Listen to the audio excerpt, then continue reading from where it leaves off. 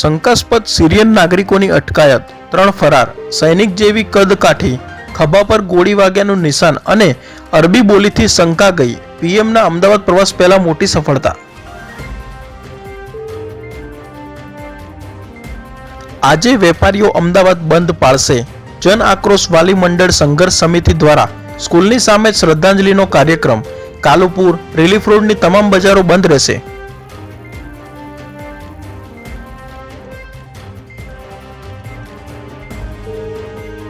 ગુજરાત માટે આગામી 5 દિવસ હજુ ભારે.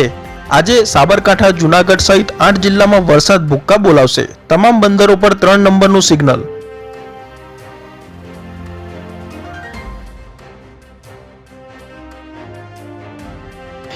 વલાસણ નજીક પંચર પડેલ ઇનોવા સાથે સ્વિફ્ટ કાર ધડાકાભેર અથડાઈ.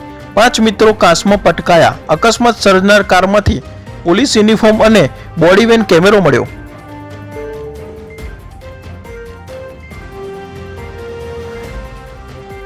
મિની સાળંગપુર તરીકે ઓળખાતા રાજકોટના બાલાજી મંદિરે 5 દિવસીય મહોત્સવ નૂતન મંદિરનું ઉદ્ઘાટન, પોથીયાત્રા અને 56 ભોગ અન્નકૂટ સહિતનું રંગારંગ આયોજન.